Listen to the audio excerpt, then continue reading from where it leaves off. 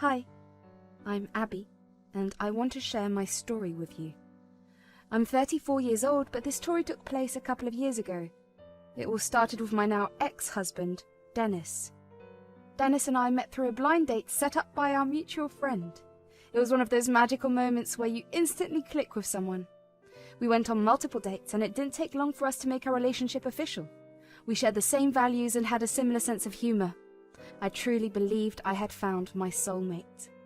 When Dennis proposed to me, I was overjoyed. Through tears of joy, I said yes. However, while planning our wedding, my father insisted that we signed a prenuptial agreement. He made it clear that he wouldn't pay for the wedding unless we did so. This caused some tension between Dennis and me. I don't understand why your father is so adamant about this. It feels like he doesn't trust me. It's not that he doesn't trust you. My father went through a terrible divorce and he wants to protect me from a similar fate. He doesn't want me to lose everything if things don't work out. But doesn't signing a prenup imply that we don't have faith in our marriage lasting? I thought we were in this together, for better or for worse. I know, but it's not about doubting our love. It's about being prepared for any unforeseen circumstances. It's a way to safeguard both of our interests and ensure that we're making informed decisions. I guess I can see where your father is coming from. It's just hard for me to accept that our marriage has to involve legalities like this. I know it's not romantic, but it's about being responsible and practical. Our relationship is strong, and signing a prenup doesn't change that. It's about protecting each other and our future no matter what happens. All right. I'll sign the prenup if it means that much to you and your father. Also, we do need his help if we want to have our dream wedding. Thanks, babe. Our wedding day was perfect. We danced, laughed, and celebrated with our friends and family. As time passed, Dennis and I were doing well in our relationship. We had good jobs and finally had enough money to start thinking about having kids. We were so excited about the idea of becoming parents and giving our children a happy home. My dad was incredibly kind and gave us our house as a wedding present. He gifted the property to me and told me that it was to help kickstart Dennis and I's financial stability. It was a big deal because it meant we didn't have to worry about paying for a mortgage. This freed us up to focus on our dreams of having a family. The thought of having children brought us so much happiness. We talked for hours about how we would raise them and all the love and care we could give them. Every day, we looked forward to the day we would bring a little one into our lives and create beautiful memories together. However, starting a family proved to be a difficult journey for us. As the months went by, it became harder and harder for me every time the pregnancy test showed that I wasn't expecting a baby. Each time, I felt a deep sadness because I wanted to become a mum. The dream of having a child seemed to slip away, and it made us feel so down. I turned to Dennis for support, hoping he would understand and comfort me. Babe, I feel inadequate, and it's getting to me. It's like no matter how hard we try, it never works. I feel like we won't be able to live our dreams because of me. You shouldn't be feeling that way. We have plenty of time to figure things out. There's no need to be upset about it. But I need your support and understanding right now. I want us to find solutions together, not just ignore my feelings. I know it's tough, but we'll figure it out. You're overthinking. Let's not make this a big deal. Our fights became more frequent as the pressure of not being able to conceive got to both of us. Dennis became easily irritated and would snap at me for no reason. The loving and understanding connection we had seemed to disappear, and it made me feel even more alone. I tried to talk to Dennis about how this journey was affecting us emotionally.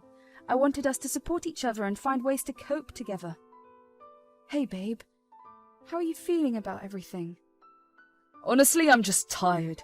We've been trying for so long and there are no results. It's frustrating. I mean, we have so many dreams and I want to see them in real life so bad. It's right there within our reach, but still, it's so far away. Yeah, I understand that. It's tough for both of us, but we're in this together, right?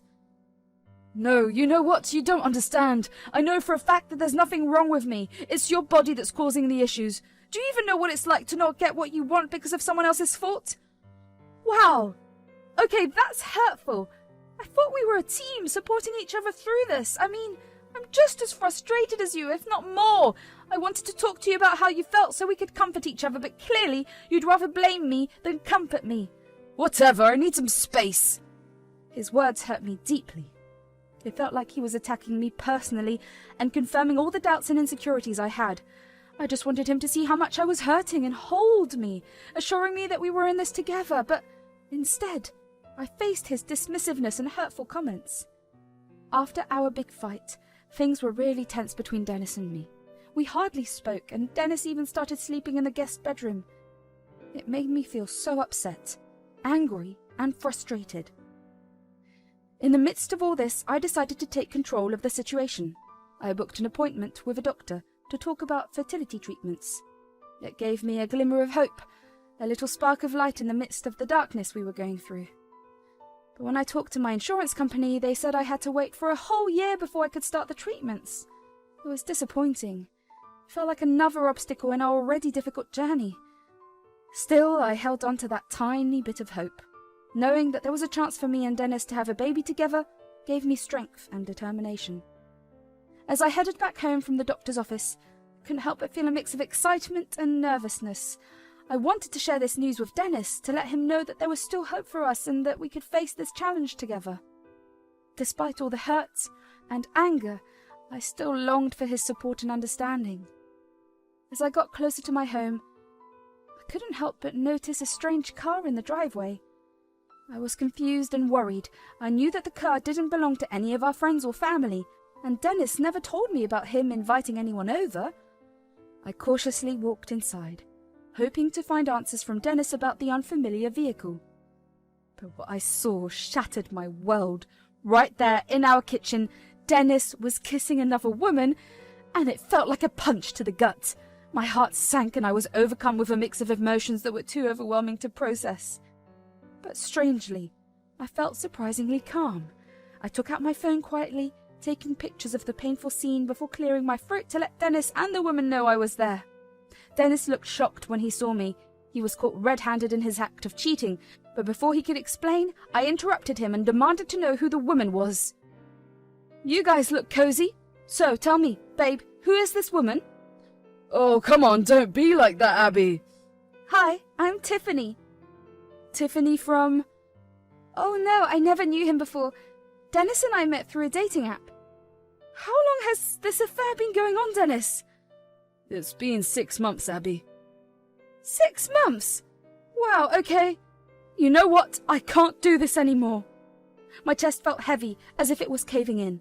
While I had been dealing with my pain and desperately needing Dennis's support, he had chosen to betray me with someone he barely knew. It was a deep wound, tearing apart the love and trust we had built. At that moment, I knew I couldn't stay in that house, surrounded by the painful reminders of our shattered dreams. Quietly, I gathered my things and sought solace at my father's house, hoping to find comfort in the arms of a loved one. I went to my father's house feeling overwhelmed by my emotions. I couldn't hold back my tears and collapsed into his comforting arms. He hugged me tightly, letting me cry on his shoulder for what felt like a long time. When I finally calmed down, he gently asked me what had happened. I told him everything, about how Dennis had neglected me and cheated on me when I needed him the most. I described the painful moment of catching them kissing in our kitchen. My father was just as angry as I was. He wanted to go confront Dennis to defend me with his fists, but I stopped him, knowing that violence wouldn't solve anything. I told him it wasn't worth it, that the damage was already done. My father understood and sat beside me in silence, offering his support. In that quiet moment, my father reminded me of something that made me grateful. "Remember the prenup I made you sign? It may not have been pleasant, but it's protecting you now." "Yeah, Dad, I remember. I never thought it would come to this." "I know, my dear, but at least you won't have to start your life from scratch when you leave Dennis." It's ironic, isn't it? I felt kind of mad that you were forcing me to sign something like that. Felt like I was saying that I didn't believe in my relationship, but now I'm grateful for it. Never thought I'd ever feel that way about the prenup, but here we are. Sometimes we can't predict what the future holds, but in this case, it's providing some much-needed security for you. Who would have thought, am I right? It's a silver lining, Abby. You're strong and you'll find your way through this. The prenup may not have seemed important then, but it's proving its worth now. Thank you, Dad. The rest of the night was spent trying to find comfort and distraction. We shared ice cream, my favourite treat, and watched my favourite shows. It helped me momentarily forget the harsh reality I was facing. The next day, my father took charge and found a good divorce lawyer for me. We went to the lawyer's office together, and it felt like the final step in ending my connection with Dennis. Mixed emotions filled me as I signed the divorce papers, sadness, relief and determination all at once. When my father dropped me off at my place, he reminded me to stay strong. He assured me that he was just a phone call away if I needed help or if Dennis tried to hurt me again. I couldn't help but let out a small laugh, thanking him for his unwavering support. At that moment, I felt a glimmer of hope, knowing I had someone who would always be there for me. Walking through the front door, I was met with the sight of Tiffany still in my home. I had to remind myself to breathe, to hold back the urge to collapse into a panic attack, or lash out at them both. I still couldn't understand how she could continue to stay with Dennis after finding out he was married.